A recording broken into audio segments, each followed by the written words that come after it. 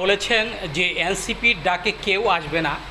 আপনারা দেখেন গত 7 দিনে এনসিপির যে ঢাক ডোল পিটিয়ে তারা যেভাবে বাংলাদেশের বিভিন্ন অঞ্চলে আপনার জনসভা করছে, যদি এই জনসভাটা আপনারা দেখতে পান, আমি মনে করব যদি সঠিক কথাটা বলেন তাহলে বুঝতে পারবো যে আপনি সঠিক রাজনীতিতে আছেন।